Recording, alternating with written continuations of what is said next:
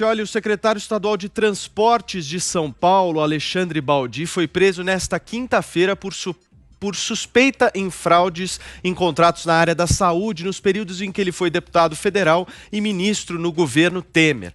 Baldi foi um dos alvos de 6 mandados de prisão temporária expedidos pela 7ª Vara no Rio de Janeiro, comandada pelo juiz Marcelo Bretas. Ao menos outras 2 pessoas foram presas na operação: o pesquisador da Fiocruz, Guilherme Franco Neto, e o ex-presidente da Junta Comercial de Goiás, Rafael Lousa. As prisões fizeram parte da Operação Dardanários contra desvios na área da saúde. O secretário é acusado de fazer parte de um esquema que desviava recursos envolvendo órgãos federais. De acordo com informações da Polícia Federal e do Ministério Público Federal, os agentes investigam o pagamento de vantagens indevidas à organização criminosa que negociava e intermediava contratos em diversas áreas. Na casa de Baldi, em Brasília, os agentes federais apreenderam R$90 mil guardados em 2 cofres, e em outra residência do secretário, em Goiânia, foram encontrados mais R$110 mil. A investigação não tem relação com a atuação de Baldi na gestão João Dória no governo de São Paulo. Em nota, o governador afirmou que tem convicção de que Baldi saberá esclarecer os acontecimentos e colaborar com a justiça. Queremos contar com a sua participação. Qual que é a sua avaliação aí sobre a prisão do secretário estadual de Transportes aqui de São Paulo? Participa aí do nosso programa utilizando a hashtag 3 em 1. Thaís Oyama, quem são aí os 2 presidenciáveis que foram prejudicados diretamente com essa prisão do Baldi? Pois é, pelo menos pré-presidenciáveis, né, Paulo? Temos aí, embora o governador João Dória tenha salientado que isso não aconteceu agora, isso vai acabar respingando não só nele, governador João Dória, o primeiro pré-presidenciável aí, como você disse, e o segundo é o presidente da Câmara, o Rodrigo Maia, né? Porque o Baldi, o secretário Baldi, ele é um fiel aliado do presidente da Câmara há bastante tempo. Ele foi, inclusive, o pivô daquela guerra que o Maia travou com o ex-ministro da Educação, o Abraham Weintraub. Vamos lembrar que o Baldi já tinha sido ministro de cidades do governo Temer. Daí, em 2019, quando o governo Bolsonaro cogitou recriar esse Ministério das Cidades, o governo Bolsonaro convidou o Maia para indicar quem seria o titular dessa pasta. Naquele tempo, o governo Bolsonaro estava namorando um pouco o legislativo e o Maia mandava muito mais no Centrão do que ele manda hoje. Então, para azeitar essa relação, o Maia foi convidado para indicar quem seria o titular desse Ministério das Cidades. Na época, esse ministério acabou não saindo, naquela reforma administrativa e tudo mais. Então, a título de compensação, o presidente da Câmara, o Rodrigo Maia, ficou com o direito de nomear o presidente do FNDE. A gente já falou muito sobre esse FNDE aqui.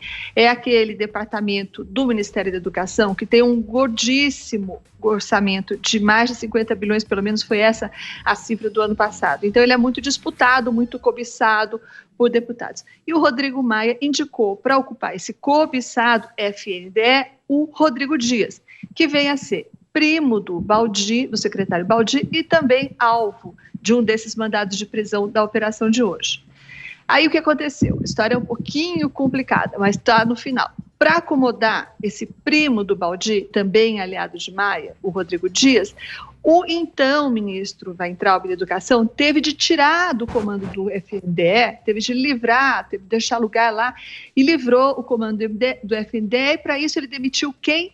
O professor Carlos Decotelli, todo mundo deve se lembrar que está fresco na memória ainda, o tal ministro que foi ministro por um dia, Carlos Decotelli, aquele do currículo que tinha algumas inconsistências. Então, o Weintraub foi obrigado a demitir o Decotelli para abrigar um aliado do Maia. Só que o Weintraub nunca engoliu essa interferência do Rodrigo Maia e na primeira oportunidade, quando as coisas entre o Legislativo e o Executivo começaram a degringolar, ele aproveitou para demitir o aliado do Maia e os dois começaram a travar uma guerra e até hoje os dois não se bicam, e isso foi um dos problemas que também levou à demissão do ex-ministro Weintraub. Então é essa relação, essa prisão do secretário Baldi, ela afeta não só o secretário, como ela respinga em 2 adversários do presidente Jair Bolsonaro. Um é o governador João Dória e o outro é o presidente da Câmara, Rodrigo Maia. O Maia, por enquanto, está quietinho, não se manifestou. O governador João Dória já afastou o secretário. Mas o que eu acho irônico é que agora os bolsonaristas anti-lavajatistas agora estão comemorando a operação, né, Paulo? O que prova que lava-jato nos outros é refresco. Constantino, qual que é a sua avaliação aí sobre a prisão do Alexandre Baldi aqui em São Paulo? Pois é, em primeiro lugar, festejar, né, que o combate à corrupção continua vivo. O juiz Marcelo Bretas é um juiz tido como linha dura. Esse caso remete à quadrilha do Sérgio Cabral no Rio de Janeiro, com o Sérgio Cortez ali na área de saúde, né? E esses desvios na área de saúde devia ser agravante, né? Quer dizer, é uma coisa realmente impressionante e nos faz pensar o que vai vir aí após passar essa fase da pandemia, né? O que vai ser o tamanho do covidão, porque essas licitações armadas, que é uma das acusações que pesam sobre eles, imagina isso quando você não precisa, de fato, seguir à risca ali as licitações todas, porque está numa situação de emergência. Então, o covidão, a gente até agora viu no máximo aí uma pontinha do iceberg. Ao longo do tempo vai vir muita podridão, tenho certeza disso. Sobre a justificativa do governador João Dória, ela é válida, né? Ele não está sendo acusado de nada durante a gestão do seu governo, são crimes que, se ocorreram, foram antes. Agora, essa mesma linha de raciocínio precisa valer para todo mundo, né? Então, a turma que é adversária do presidente Bolsonaro esquece disso quando quer usar o Queiroz e a rachadinha, suposta rachadinha, provável rachadinha do Flávio Bolsonaro quando deputado, para atingir o presidente, sendo que o Flávio hoje é senador e não tem nada a ver com o governo.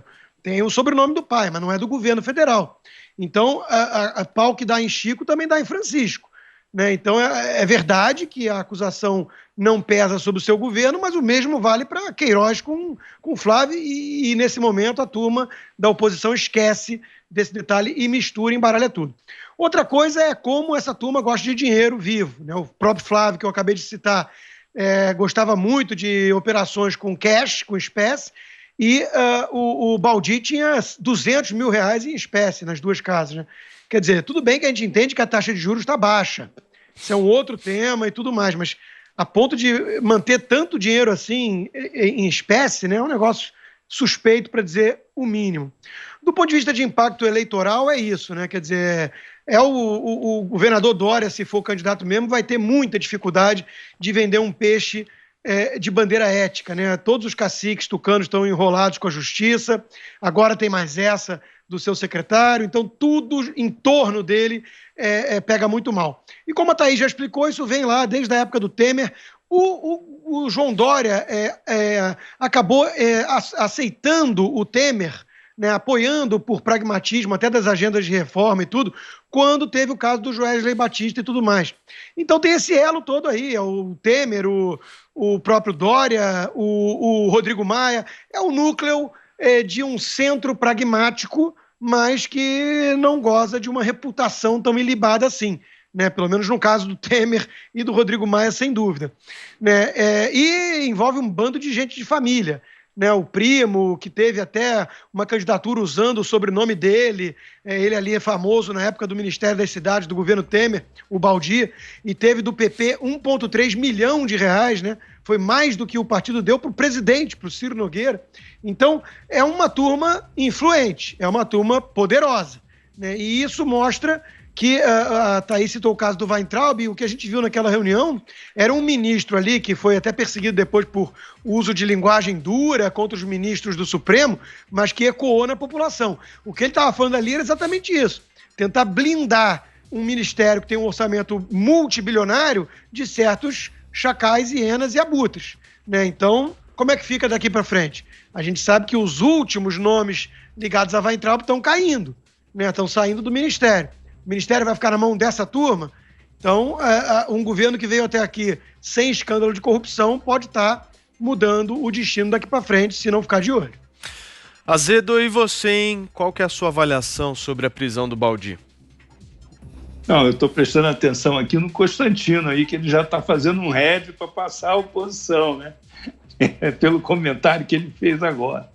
Mas olha só, brincadeiras à parte, quer dizer, eu acho que nós estamos vivendo a outra face da captura das políticas públicas pelos grandes interesses privados, que passam a, vamos dizer assim, dominar essas políticas em áreas que absorvem uma fatia grande do orçamento e que se reproduzem a partir da criação de mecanismos de propina, de relações mafiosas, no sentido de obter privilégios para conseguir contratos, manter contratos, editar contratos, etc. Isso é uma coisa muito séria que acontece na política brasileira, em algumas áreas, e que, inclusive, ficou mais ou menos escancarada pelos prejuízos que isso causa ao sistema propriamente dito, do ponto de vista da prestação de serviços na educação, na saúde, né? E aí, volta e meia, a gente vê surgir um escândalo. Isso já vem de muito tempo, a gente já conheceu vários, né? Desde lá do caso dos sanguessugas, né? Cada hora é um escândalo e tal. Agora, eu acho que nesse caso aí dessa operação existe realmente um ingrediente político a mais, que é o fato de que é um secretário do governador de São Paulo, que é um potencial candidato à presidência da República, e é do PSDB, quer dizer, é mais um desgaste para a legenda, agora atingindo diretamente o governo, embora a atuação do secretário no governo Dória não tenha nada a ver com esse caso. Mas a gente sabe, né, que os vasos comunicantes eles vão aparecendo, né? Eles vão aparecendo. É só olhar para a Lava Jato e a gente vai ver que a Operação Lava Jato foi se desdobrando em função desses vasos comunicantes, né? Então tem que aguardar as investigações para saber qual a extensão real desse escândalo, quem são as pessoas que realmente têm culpa nesse cartório, né? Porque às vezes existe também injustiça por indícios que não se comprovam nas investigações. Eu acho que a gente tem que respeitar, né, a presunção de inocência, mas o que a sociedade deve exigir realmente é que isso tudo seja investigado, esclarecido e que as pessoas responsáveis por crimes que tenham sido cometidos sejam punidas, né? Agora, há um vício de origem nisso, que é esse aprisionamento das políticas públicas por grandes empresas e instituições privadas que operam nesses setores, como é o caso do Fundo Nacional de Desenvolvimento da Educação e o caso do Ministério da Saúde, da FUNAS, enfim, de órgãos ligados à saúde pública. Constantino pedindo a palavra. Não, pedi porque é brincadeira à parte, mas toda brincadeira tem um fundo de verdade, então o Azedo tentou me colocar como apoiador do governo, alguma coisa assim. Veja, eu não sou oposição nem apoio ao governo. Eu entendo que muitos pares meus são oposição, né? Então não trabalho muito mais de atacar ou derrubar o governo do que qualquer outra coisa. Eu sou a favor do país. Eu acho que o governo, em primeiro lugar, recebe muitos ataques injustos e tem muitas qualidades que são ignoradas. Em segundo lugar, eu acho que tem um jogo muito sujo de poder. São pessoas que vestem a bandeira ética, se enrolam no manto da bandeira ética quando interessa, por exemplo, não concedendo o mesmo tipo de presunção de inocência quando se trata do Bolsonaro, né, e sim para os outros. E esse pessoal quer derrubar o Bolsonaro com um discurso purista, ético, para colocar o quê no lugar? O PSDB, que está encalacrado com a justiça? Então, esse é meu ponto. Eu acho que política não é um lugar para purismo. Quando o Temer, que não é flor que se cheire, foi alvo daquela operação muito suspeita do Rodrigo Janot, com Rede Globo, do Joesley Batista, eu saí em defesa. Não dele, da pureza dele, mas de que aquilo era uma tentativa golpista de estancar reformas necessárias para o país. Então, o meu partido aqui é só um, é o Brasil. Infelizmente, eu acho que na mídia tem muita gente que está, sim, fazendo oposição ao governo. Talvez tenha sido até um ato falho, né? Porque tem muita gente que faz isso mesmo, oposição ao governo. Eu não faço oposição ao governo e nem defendo o governo. Aliás, eu já desafiei meus colegas de bancada aqui várias vezes. Eu tenho muito mais críticas ao Bolsonaro ou ao governo do que eles elogios. Então, a questão aqui é uma análise independente. O que não dá para aceitar são incoerências. Por exemplo, tem que pressionar o governo e o presidente para articular mais com o Congresso. Aí, quando você vai articular com o Congresso, você fala que está se aproximando do Centrão. Mas é o Congresso que temos. Eu acho uma lástima. Aliás, tem uma solução de médio e longo prazo para isso. Privatizar, seguir com as reformas virtuosas, reduzir drasticamente o escopo do Estado, porque a corrupção vem do tamanho do gasto público e da impunidade. A Lava Jato cuida da impunidade. Tem que reduzir o gasto público, tem que cortar na carne o tamanho do Estado. Eu sei que o Paulo Guedes quer isso. Agora, a turma que quer derrubar o Paulo Guedes para voltar ao poder, a turma da esquerda, não quer isso. Muito bem, Azedo, você quer comentar alguma coisa? Não, só comentar que a turma que quer derrubar o Paulo Guedes e tem força para isso está dentro do governo. Ok, Nós Thaís. vamos assistir esse embate aí daqui para frente. Thaís. Eu só queria comentar que eu não fui convidada para esse desafio aí, aqui o Constantino se referiu, mas eu não acredito que deva existir essa proporção, Constantino, porque que as suas críticas ao governo Bolsonaro têm que ser proporcionais aos nossos elogios ao governo Bolsonaro. Eu, pelo menos, elogio quando merece e critico quando merece. Eu não tenho esse dever com a proporção. Constantino? Então, acho que não vou poder aceitar seu desafio. Não, concordo. Só estou falando que há uma narrativa falsa e, infelizmente, ela é feita por pessoas sem muito caráter nas redes sociais e eu fico preocupado quando ela é endossada por gente da mídia, né? De que quem defende coisas e quem enxerga virtudes no governo, mais do que defeitos talvez, ou quem daria uma nota, 7, ou pior ainda, quem está mais preocupado com a oposição canalha ou com os abusos do Supremo, ou seja, quem vê o jogo sujo do establishment e por isso fica na defensiva em relação ao governo para salvar a democracia, mais do que salvar Bolsonaro, né? Esse é acusado de alguma forma de robô, gado, vendido. É uma narrativa que tenta eliminar a legitimidade de quem enxerga as coisas, na minha opinião, como elas são, e não como a narrativa da bolha progressista da mídia gostariam que fosse.